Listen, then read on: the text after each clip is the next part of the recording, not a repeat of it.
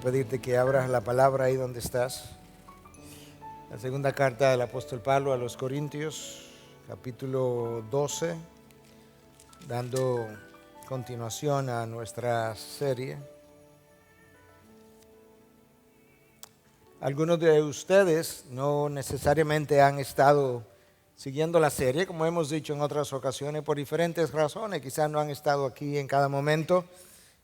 Quizás se unieron muy recientemente, ya sea aquí o por el internet, a esta serie de predicaciones que hemos titulado Poder en la Debilidad. Yo no me imagino poder resumir en una introducción, donde estamos ahora, todo lo que hemos dicho por meses, para que puedas tener un mejor entendimiento de dónde estamos hoy. Sin embargo, yo voy a hacer un intento. Y voy a hacer un intento de una manera que nos sirva a cada uno de nosotros. En música se habla de la línea melódica. Y la línea melódica es una serie de tonos musicales que el oyente percibe como una sola unidad. Y de esa misma manera, en predicación expositiva se habla de la línea melódica, en este caso, de la segunda carta del apóstol Pablo. O el tema central, una serie de eventos, de pasajes que el oyente debe percibir como un solo tema a lo largo de la exposición de toda la carta. En este caso, la línea melódica de la segunda carta de Pablo a los Corintios, o el tema central, es la autenticidad del ministerio del Evangelio. En el caso del apóstol Pablo, nosotros sabemos que esa autenticidad había sido cuestionada. Había sido cuestionado su verdad, su carácter, su evangelio, su persona, su obra, su trabajo en múltiples ocasiones, y él se vio en la necesidad de defender dicho ministerio. La primera pregunta que surge es entonces de qué trata, como ya hemos hablado, la segunda carta de Pablo a los Corintios. De cómo luce, respuesta, de cómo luce un ministerio auténtico. ¿Cómo muestra Pablo cómo luce ese ministerio auténtico? Y la respuesta es defendiendo su propio ministerio de las acusaciones hechas contra su persona. Una buena pregunta entonces, si ya tenemos la línea melódica de la carta, es preguntarnos cuál es el clímax, cuál es el punto cumbre de la carta que nosotros estamos cubriendo, y el punto es resumido, o el clímax es resumido en esta frase: mi poder se perfecciona en la debilidad, que aparece en el texto de hoy. De tal manera que todos los mensajes anteriores culminan hoy, después de haber seguido una línea melódica a lo largo de toda la frase o de toda la serie. Y la pregunta es, ¿de qué forma o por qué es esa frase el punto cumbre de un ministerio auténtico, ya que ese es el tema central de la serie? ¿De qué forma esta frase revela eso? Y la respuesta es la siguiente: porque un verdadero ministerio o un ministerio auténtico no descansa en el poder del hombre, no descansa en la oratoria de ese hombre, ni en las habilidades a la hora de predicar, sino en el poder de Dios. Y donde mejor se demuestra el poder de Dios es exactamente, o es precisamente, en la debilidad de ese hombre. De la misma manera que donde mejor tú puedes apreciar el brillo de la luz es en medio de la oscuridad. Y mientras más densa es la oscuridad, mejor tú puedes apreciar la luz que brilla. En el texto de hoy, el apóstol Pablo continúa su defensa en contra de las acusaciones de falsos maestros, y en esta ocasión él va a hablar de un hecho singular, de una visitación especial de parte de Dios que atestigua de cuán auténtico fue su ministerio durante ese tiempo. Él tuvo una serie de experiencias sobrenaturales. Y Pablo parece gloriarse en estas revelaciones, aunque él reconoce que eso no es prudente, no es sabio, no es provechoso, pero tuvo la necesidad, lamentablemente, de tener que hacerlo precisamente por la actitud como los corintios, por un lado, habían abrazado a los falsos maestros, y también tuvo que hacerlo para mostrar de qué manera Dios había endosado el ministerio que le había entregado. Y esa es una de las formas como Dios mostró que Pablo era su mensajero elegido. Como Pablo fue la persona a quien él llamó para hacer lo que llevó a cabo a través de él. Las revelaciones que Dios hizo a Pablo lo pusieron en riesgo. Lo pusieron en riesgo de enaltecerse, de enorgullecerse. Y para evitar dicha autoexaltación, Dios le dio algo que el texto de hoy llama aguijón, o una espina en la carne, la cual debilitó a Pablo de tal forma que el poder de Dios pudiera perfeccionarse en él y de esa manera él demostrar la autenticidad de su siervo. La debilidad de la carne que las aflicciones produjeron en el apóstol Pablo lo convirtieron en el personaje ideal para Dios hacer fluir su poder y confirmar su apóstol. Y con eso yo quiero entonces leer el texto, pero quiero decirte de antemano que en el texto tú vas a encontrar una visión o una revelación dada por Dios. Tú vas a encontrar una espina o un aguijón también dado por Dios. Y tú vas a encontrar a un Pablo que habla de sus debilidades de una manera subsecuente a esta espina o aguijón como parte de la voluntad de Dios. La visión es de Dios, el aguijón es de Dios, la debilidad es parte de la voluntad de ese Dios. Capítulo 12, segunda carta de Pablo a los Corintios, versículo 1 al 10. El gloriarse es necesario, aunque no es provechoso. Pasaré entonces a las visiones y revelaciones del Señor. Conozco a un hombre en Cristo que hace 14 años, no sé si en el cuerpo, no sé si fuera del cuerpo, Dios lo sabe. El tal fue arrebatado hasta el tercer cielo.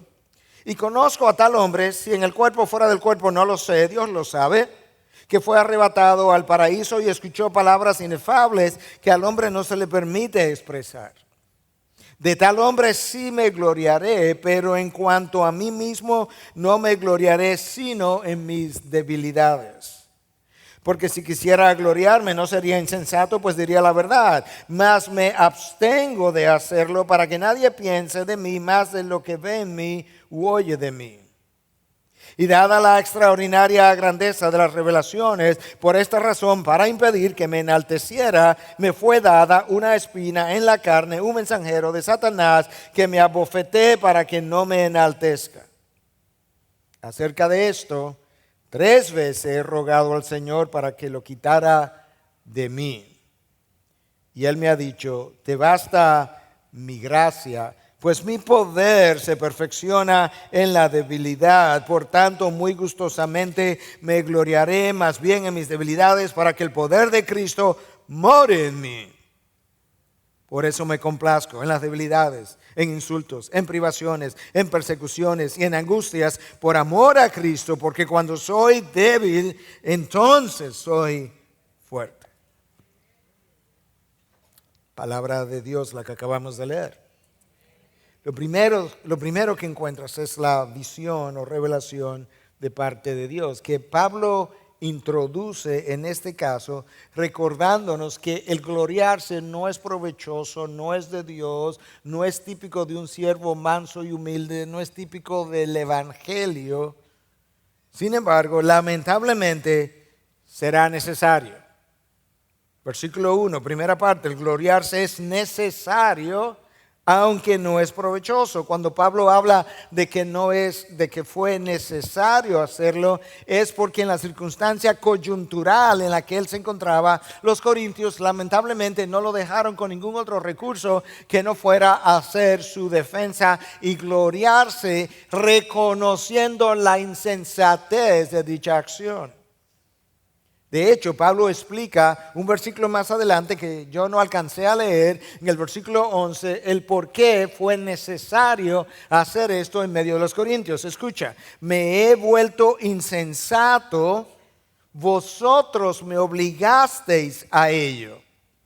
Pues yo debiera haber sido encomiado, defendido por vosotros, pero en ningún sentido fui inferior a los más eminentes apóstoles, aunque nada soy. Corintios, vosotros debisteis haber sido los primeros en defender mi causa, mi ministerio, mi evangelio, precisamente porque fuisteis los receptores de la gracia de Dios y llegaste a creer por medio de mi predicación. Como ustedes no hicieron tal cosa, no me quedó ningún otro recurso que defenderme de los falsos maestros, porque de lo contrario yo hubiese quedado como un farsante, ellos hubiesen quedado como los verdaderos, y en esa situación el verdadero evangelio queda como falso, el falso evangelio quedaría como verdadero.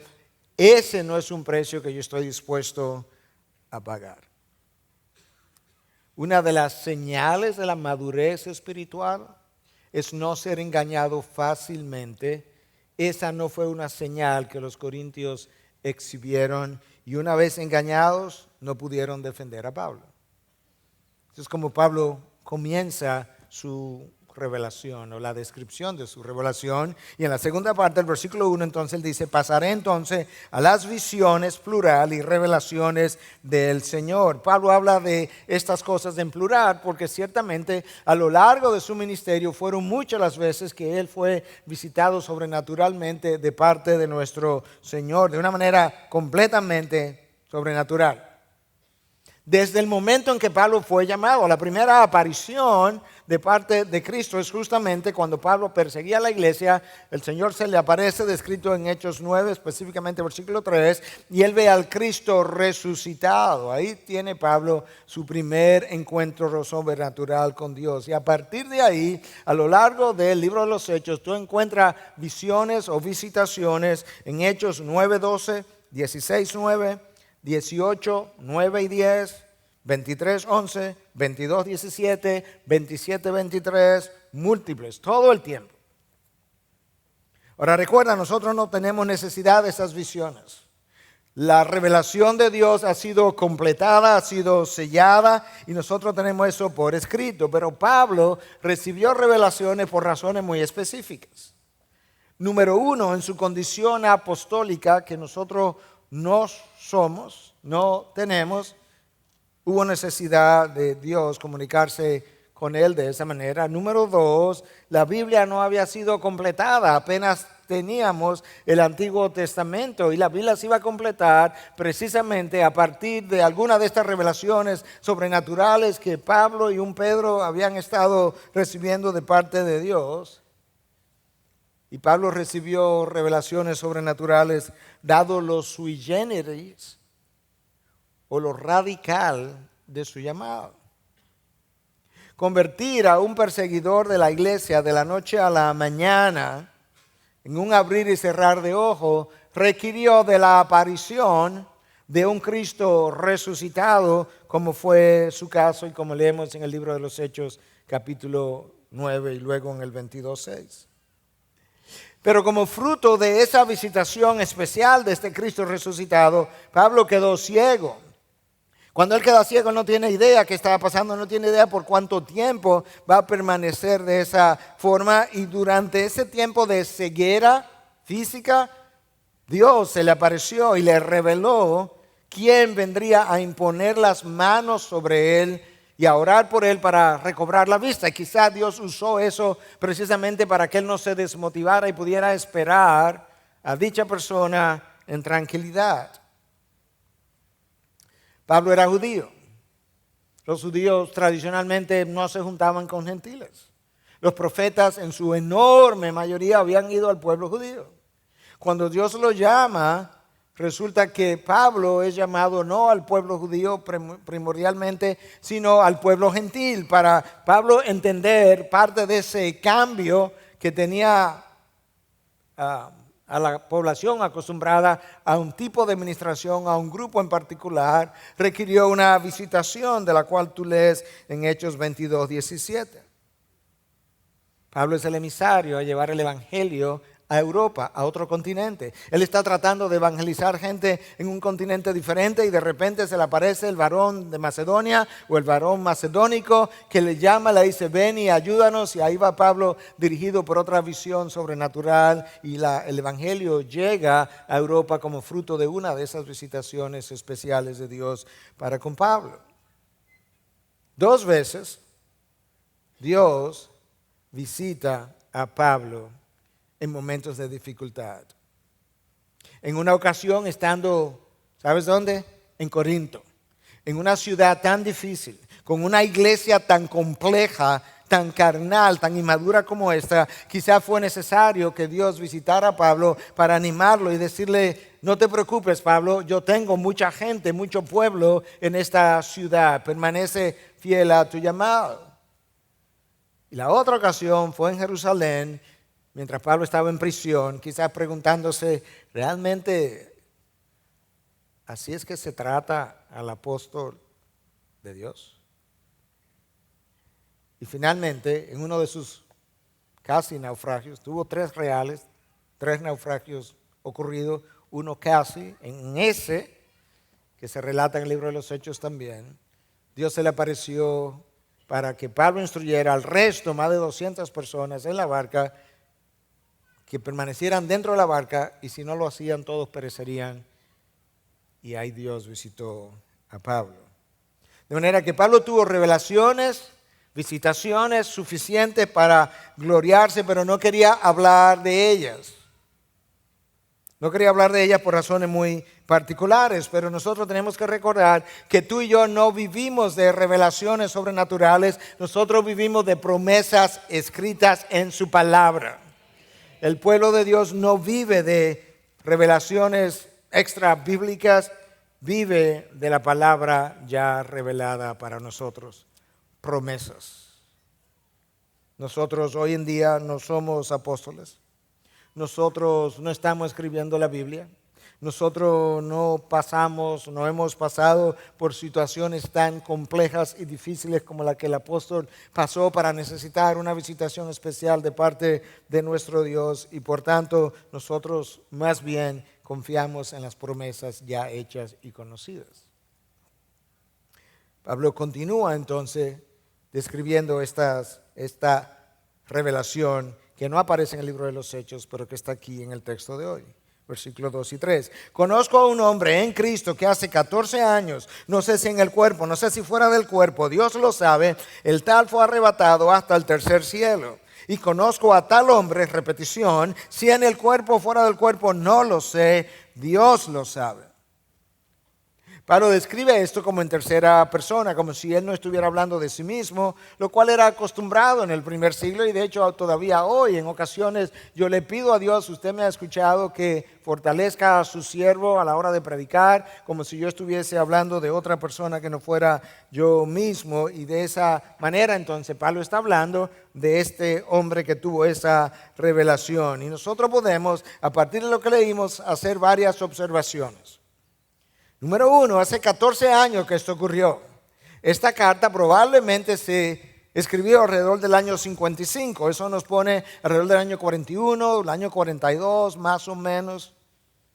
Y sin embargo, por 14 años Pablo no habló de esta revelación. Y de hecho, de las otras, las tiene en el libro de los Hechos para que entendamos lo que Dios estaba haciendo, pero no era algo que formaba parte del vocabulario diario de Pablo precisamente porque Pablo no quería que la atención quedara sobre él, como vamos a ver un poco más adelante. Pero es como lógico pensar que un hombre que sufrió tanto como Pablo, que iba a sufrir tanto como él, necesitara de revelaciones extraordinarias para mantenerlo en el camino. Dios sabe cómo mantener a su hijo o a su hija fiel a su llamado en medio de las peores circunstancias.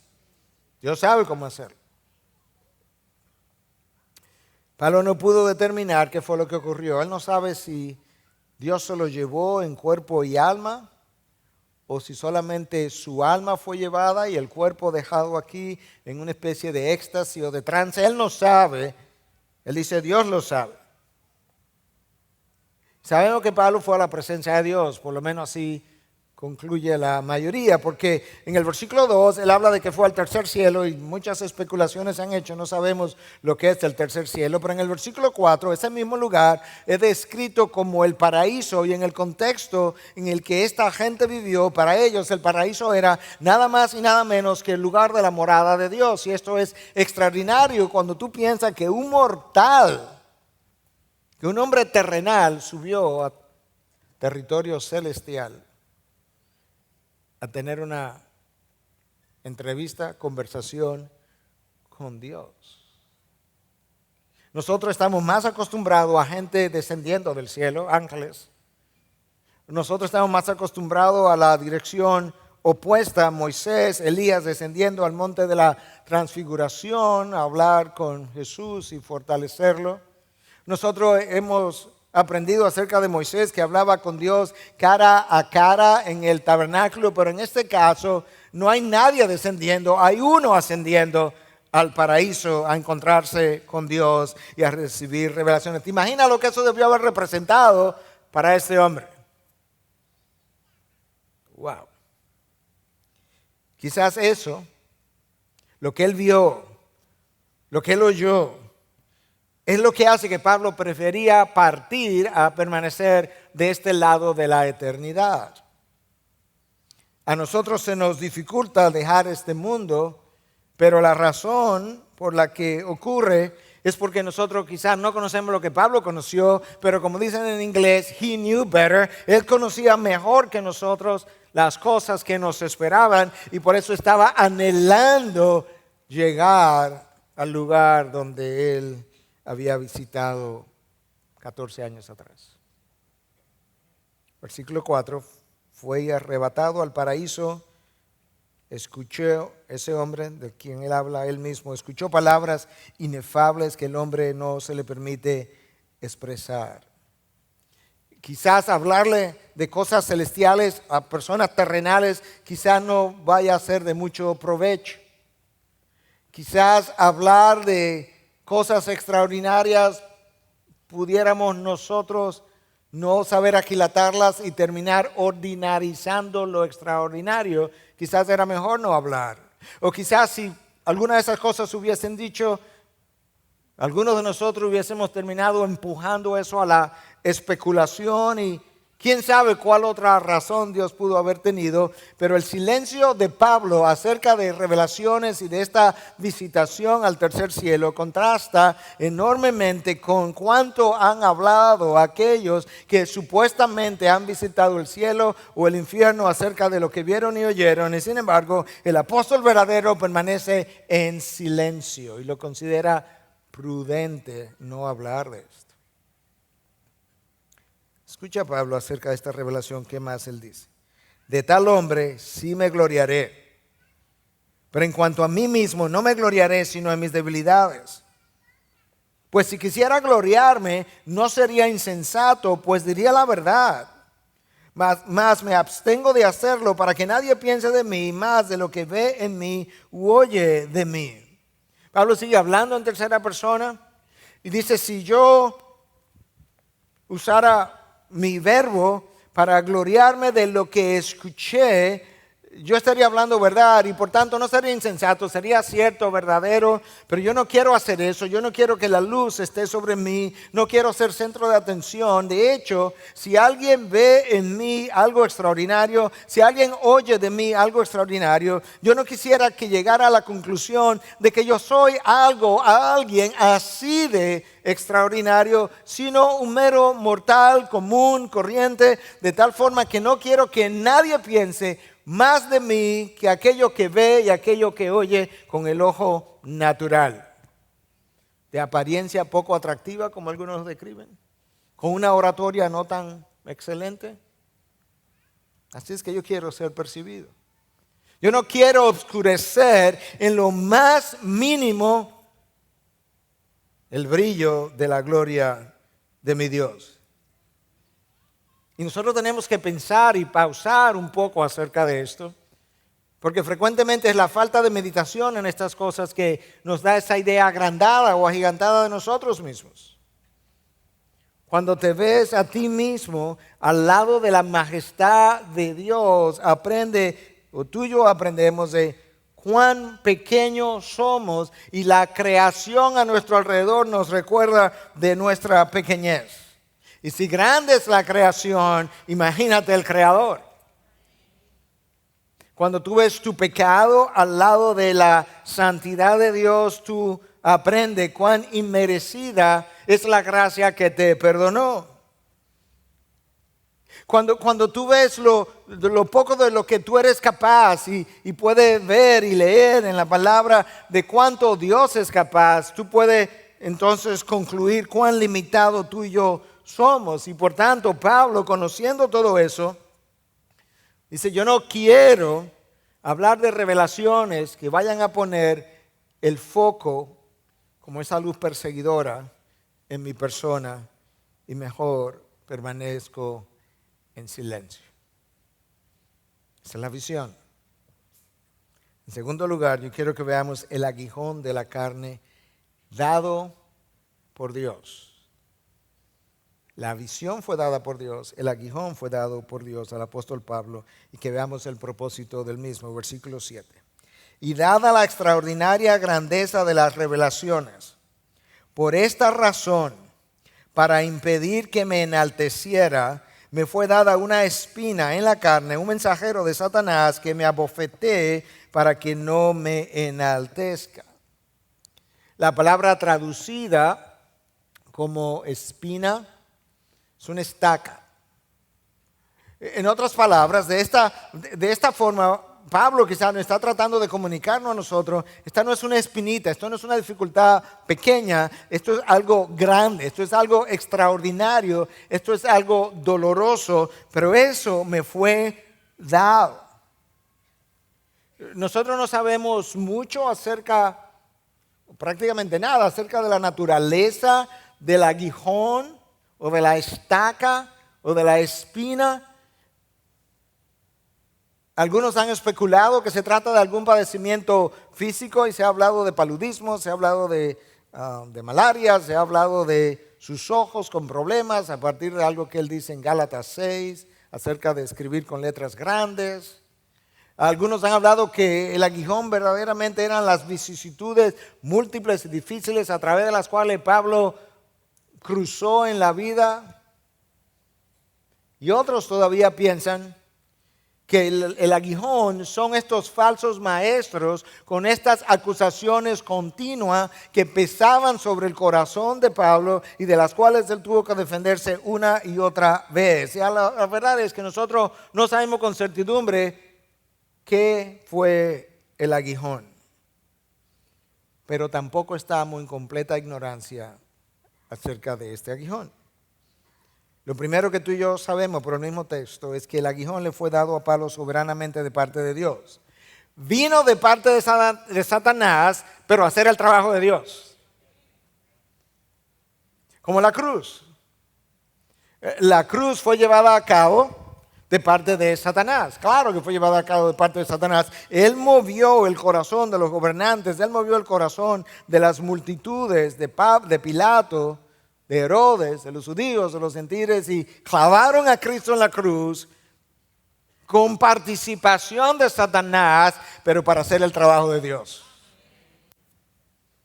De esa misma manera el aguijón vino a la vida de Pablo como un regalo de Dios, para impedir que alguien tan bendecido como ese hijo de Dios pudiera enaltecerse y quedar descalificado en el camino. ¿Te imaginas la bendición que esto fue para Pablo? Eso es que llamamos una disciplina preventiva, Dios tiene disciplinas preventivas y correctivas. La disciplina correctiva tiene que ver con aquellas cosas que Dios me impone cuando yo he fallado justamente para reformar mi carácter, pero la disciplina preventiva son aquellos ejercicios espirituales de los cuales, o experiencias espirituales, muchas veces yo ni siquiera estoy apercibido, pero a través de los cuales Dios hace que yo atraviese precisamente para evitarme males mayores. A veces es que yo vaya a enorgullecerme, enaltecerme. pero son dificultades que nos llevan a llevar a cabo sus propósitos. Nosotros rechazamos eso porque no conocemos sus propósitos. Nosotros también sabemos de este aguijón que abofeteaba a Pablo. En el original eso está expresado en el tiempo verbal presente, lo que implica que esto no fue algo que pasó en una ocasión, en una dificultad X, esto es algo que continuaba pasando de manera recurrente, y a pesar de la recurrencia de estos golpes, eso es como está expresado en el original, esto es algo que lo golpea, a pesar de la recurrencia de ello, Pablo permaneció gozoso, agradecido, en paz, enfocado y deseoso. Claro, porque oyó lo que oyó y vio lo que vio. Alguien que iba a atravesar circunstancias tan monumentales como la que él atravesó necesitaba revelaciones monumentales. Y todavía sabemos algo más del aguijón. Era un mensajero de Satanás. Una bendición de parte de Dios que venía de parte de Satanás. Pastor, pero fue Satanás que lo envió. Sí, claro, pero Satanás tuvo que ir donde Dios y decirle, ¿le puedo poner este aguijón a Pablo? Y Dios lo autorizó. La palabra traducido como mensajero es angelos en el original, que en la enorme mayoría de los casos en el Nuevo Testamento significa justamente eso, mensajero, para referirse en muchos casos a ángeles. Y un ángel de Satanás ¿qué es? Un demonio. De tal forma que Pablo fue afligido en la forma que fuera a través de intervenciones directas del mundo de las tinieblas, de una manera parecida como Job fue afligido directamente de parte de Satanás hasta el punto de incluso enfermar su cuerpo. Y así vino este mensajero, con permiso de Dios. De manera que ahora tenemos una idea de la visión, tenemos una idea del aguijón, de parte de Dios la visión, de parte de Dios el aguijón, que ha venido como mensajero de Satanás, pero para bendecir a Pablo y evitar que se enalteciera. Y yo quiero que veamos ahora la voluntad de ese mismo Dios al permitir la visitación de ese aguijón. Versículo 8 y 9. Acerca de esto, 3 veces he rogado al Señor para que lo quitara de mí. Y Él me ha dicho, te basta mi gracia, pues mi poder se perfecciona en la debilidad. Por tanto, por consiguiente, esta es mi conclusión, muy gustosamente me gloriaré más bien en mis debilidades para que el poder de Cristo more en mí. Nota que Pablo no reprende a Satanás. Pablo no habla con Satanás. Como yo decía esta mañana, él no tenía nada que hablar con pasajeros. Pablo le ruega a Dios. Y él le hace la petición, no una vez, no 2 veces, 3 veces. Moisés quería entrar a la tierra prometida y le rogó a Dios. Dios le dijo, no, ya no me hable más de esto.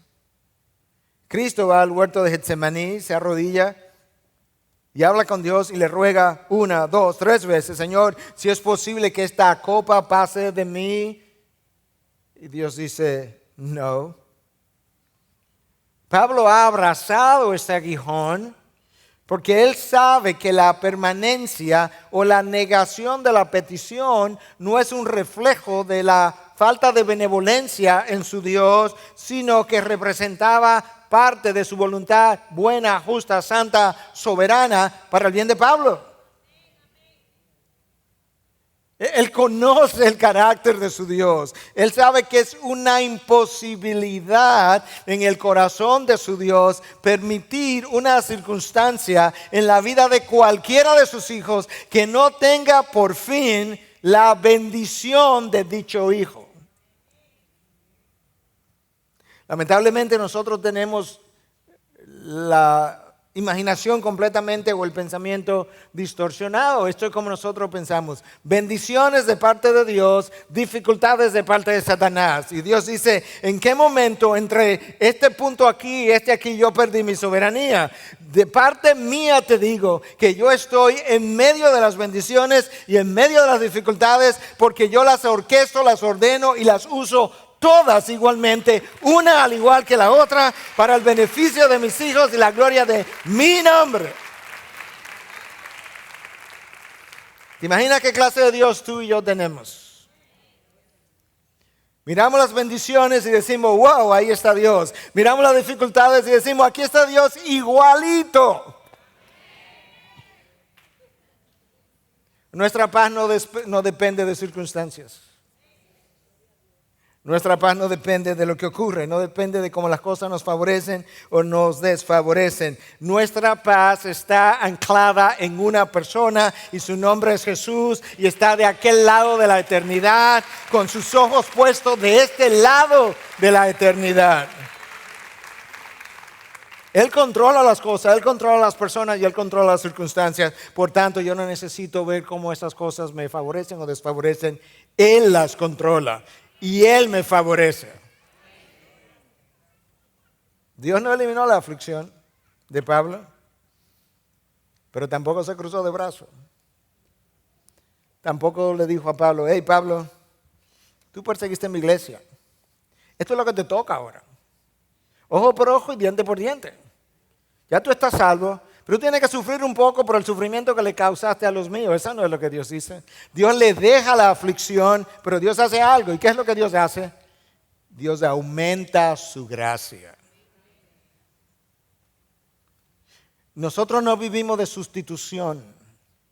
La sustitución de la aflicción por una bendición. No, es que la aflicción es parte de tu bendición. Tú no lo sabes, tú no lo ves, pero créeme. El salmista lo creyó. Y dijo, es bueno para mí ser afligido.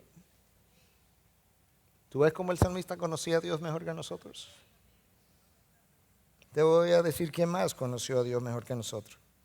Annie Flint. ¿Algunos de ustedes conocen el nombre? Escritora de himnos del pasado. Yo leí algunas de estas líneas en un mensaje anterior, no sé cuándo, hace ya un tiempo atrás. Pero la misma canción, de la misma manera que nosotros cantamos canciones una y otra vez y las repetimos de esa misma forma, yo creo que en mensajes se hace necesario repetir algunas cosas. Y escucha estas líneas para aquellos de ustedes que saben inglés rápidamente. Son 4, básicamente la repetiré en inglés y luego la traducción. Dice de esta manera, He giveth more grace when the burdens grow greater. He sendeth more strength when the labors increase. To added afflictions, He addeth His mercy.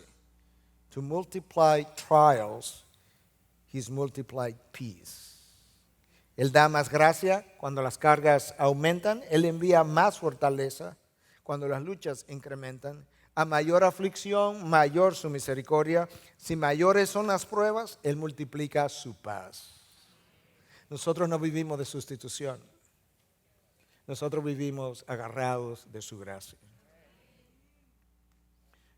En una ocasión, Charles Spurgeon venía al final de un día, cansado, abatido, deprimido. Imagínate deprimir a Spurgeon, el príncipe de los predicadores. Pero estas cosas son reales y le ocurren a los mejores de nosotros. Él dice que de repente él se estaba sintiendo tan mal cuando este versículo vino a su mente: mi gracia es suficiente para ti. Y él dice que luego de eso, como que Dios se la ingenió para poner una serie de ideas en su mente. Y lo primero que él pensó fue de un pequeño pez nadando en este río Támesis, que es el río principal de Inglaterra todavía al día de hoy, de donde viene el acueducto de Londres. Y que este pececito nadando, tragando agua, porque así es que ellos respiran, estuviese preocupado de que quizás él está tragando tanta agua que iba a secar el río. Y que el río le habló y le dice: traga todo el agua que quiera, pequeño pez, mi río es suficiente para ti. Y luego Dios puso esta otra idea en Spurgeon. Pensó en un pequeño ratón que estaba en los graneros que José construyó, ¿recuerdan? En el libro del Génesis, construyó estos inmensos graneros suficiente para que la nación pudiera pasar 7 años de sequía y que el ratón estuviera comiendo grano y pensando, ay, estoy preocupado porque cuidado si este granero se va a acabar. Y que José hubiese venido a él y le hubiese dicho, anímate, pequeño ratón, mis graneros son suficientes para ti. Y luego pensó en un hombre escalando una montaña y que está cansado, y que de repente comienza a preocuparse porque quizás él iba a consumir todo el oxígeno de la atmósfera y que de pronto le escuchó al Creador diciéndole, no te preocupes, hijo. Respira todo lo que quieras, llena tus pulmones, mi atmósfera es suficiente para ti. Hijo de Dios, la gracia de Dios es omnipotente y suficiente para todo y cada una de las situaciones en las que te puedas encontrar, te hayas encontrado, puedas imaginar, calcular o lo que tú quieras y la es suficiente de manera infinita. Su gracia fue capaz de sacarte de la esclavitud del pecado y traerte a la libertad.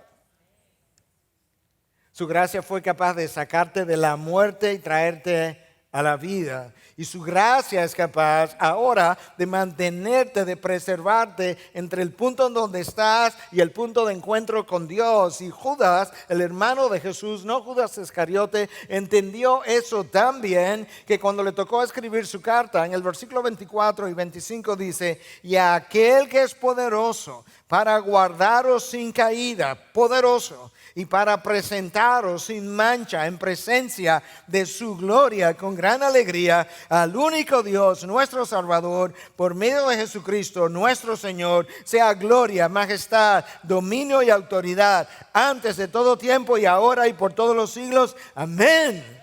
Él es poderoso para mantenerme, preservarme sin caídas y presentarme ante el Padre sin arruga y sin mancha. El poder de Dios se perfecciona en la debilidad. ¿Tú sabes por qué? Porque mis debilidades me llevan a hacer las cosas sin depender de Dios. Mis fortalezas me llevan a hacer las cosas sin depender de Dios. Mis fortalezas me enorgullecen y cuando eso ocurre se convierten en debilidades. Mis fortalezas me hacen creer que yo soy el hacedor y constructor de mi futuro. Mi fortaleza me hacen insensible hacia aquellos que no tienen dichas fortalezas. Mis fortalezas reducen mi tiempo con Dios y mi tiempo en la palabra. ¿Sí o no? Lamentablemente nosotros preferimos las fortalezas a las debilidades, porque las debilidades nos llenan de temor, en vez de llenarnos de paz y de fe y confianza en la soberanía de nuestro Dios. Nuestras fortalezas nos hacen creer que estamos en control. Y es cuando yo descubro mis debilidades y experimento mis debilidades que yo descubro que ni cuando tenía fortalezas ni cuando las perdí estaba yo en control. Él es el que está en control en todo momento y en todo lugar. Hace 2000 años atrás, nuestro Señor Jesús estuvo en su punto de mayor debilidad. Y nosotros quisiéramos que en ese punto de mayor debilidad Dios interviniera. Pero en ese punto de mayor debilidad, el león de la tribu de Judá ruge. Pero no ruge cuando yo quiero que él ruge cuando él entiende que debe rugir. Y cuando Cristo experimentó dicha debilidad, hubo que esperar 3 días para escuchar al león de Judá rugir. Y cuando él rugió, los ángeles cantaron, la piedra se movió, la tumba quedó vacía, las tinieblas temblaron. Y hasta el día de hoy se oye su rugir por todos los siglos. 20 siglos de historia oyendo todavía el rugir y el mover de la piedra. Porque el león de la tribu de Judá ha hecho presente su voz. La tumba vacía tiene 2000 años llenando vidas vacías. Ese es nuestro Dios. Pablo entendió eso. Dice en el versículo 9, por tanto, muy gustosamente me gloriaré más bien en mis debilidades, para que el poder de Cristo more en mí. Mi debilidad invita al poder de Cristo a manifestarse en mí. Mi fortaleza no debilita el poder de Dios, pero frecuentemente, indirectamente le dice, no te necesito, cuando esté en apuros te llamo. Lo que el hombre desconoce es que eso que él llama fortaleza es algo que Dios mismo le ha dado, que él está dependiendo y confiando en algo que su Dios le ha dado para que le glorifique, y él está tomando el regalo, el don de su Dios para glorificarse a sí mismo y confiar en sí mismo en vez de glorificar al dador y confiar en dicho dador. Nosotros somos tan diferentes a nuestro Dios, pensamos tan distintos. A nosotros nos preocupan las enfermedades del cuerpo, ¿sí o no? A Dios le preocupan las del alma. A nosotros nos preocupa cuando nos duele un miembro del cuerpo, a Dios le preocupa cuando a mí no me duele mi pecado o el pecado del otro. A nosotros nos preocupa que esta vida termine. A Dios le preocupa que yo no anhele comenzar la próxima. Pablo tiene esas cosas claras. Él las tiene tan claras que esto, como él concluye el versículo 10. Por eso, esa es la conclusión. Por eso, por tanto, yo concluyo, me complazco en las debilidades, en insultos, en privaciones, en persecuciones, en angustia por amor a Cristo, porque cuando soy débil, entonces soy fuerte. Esa es la autenticidad de un verdadero ministerio. El poder de Dios en vasos de barros. ¿Escuchaste lo que Pablo dice? Él dice, por tanto, me complazco en las debilidades. La Reina Valera del 60 dice, me gozo. O sea que tú celebras cuando estás débil, Pablo. Así es. La Nueva Versión Internacional dice, me deleito. O la Nueva Traducción Viviente, la Nueva Versión Internacional dice, me regocijo. Y en el versículo 5 Pablo ha dicho, me gloriaré en mis debilidades. Ahora Pablo no se complace, se deleita, se goza porque él es un masoquista o ha perdido la mente. No, escucha, porque por amor a Cristo, mientras más amo a Cristo, más me gozo en lo que está haciendo en mí, más me gozo en que Él me está haciendo débil de manera que Él pueda crecer en mí. Si tú y yo no menguamos, si tú y yo no comenzamos a experimentar la debilidad de la carne, no vamos a poder experimentar el poder de Cristo que queremos que more en nosotros, se manifieste en nosotros, fluya a través de nosotros. Y Pablo dice, no, hazme todo lo débil que tú quieras. Me complazco en debilidades, en insultos, en privaciones, en persecuciones y en angustias. En las debilidades es el tiempo de hacer brillar el poder de Dios. En afrentas e insultos es el tiempo de hacer brillar la gracia de Dios en la medida en que nosotros perdonamos a los demás. En las privaciones es el tiempo de hacer brillar la suficiencia de Cristo. En las persecuciones es el tiempo de hacer brillar la providencia de Dios que las ha permitido. Y en las angustias es el tiempo de hacer brillar la consolación de nuestro Dios por amor a Cristo. Porque cuando soy débil, entonces soy fuerte. Si amas a Cristo, tú quieres que Él brille. Si conoces a Cristo, tú quieres que sus atributos brillen en ti. Si conoces la debilidad donde Dios te visita, querrás entonces que las debilidades continúen repitiéndose, como fue el caso del apóstol Pablo. Hermano, gloríate en tus debilidades, porque es en medio de esa debilidad cuando Dios está trabajando más fuertemente en ti. Una paradoja, en la debilidad Dios trabaja más fuertemente en mí. La debilidad me despega de este mundo, de todo lo que representa, de mi fortaleza, de todas mis concepciones y me acerca al Dios del cielo y de la tierra. Y me abre los ojos a una dimensión que yo no conocía. De tal manera que tú y yo también podamos decir, me gozo, me deleito, me glorío en las debilidades, por amor a mi Cristo, porque he llegado a experimentar que ciertamente cuando yo soy débil es cuando verdaderamente fuerte soy en Él.